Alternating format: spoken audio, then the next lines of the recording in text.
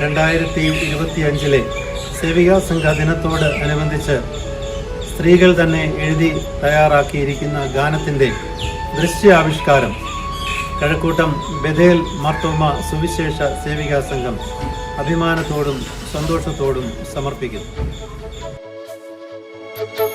മൗനമാം വായ്കൾ തുറക്കട്ടെ ഇന്ന്, രക്ഷയിൻ സന്തോഷം വാചാലമാകട്ടെ. മൗനമാം വായ്കൾ തുറക്കട്ടെ ഇന്ന്, രക്ഷയിൻ സന്തോഷം വാചാലമാകട്ടെ. നിന്ദയുടെ കനൽ വഴികൾ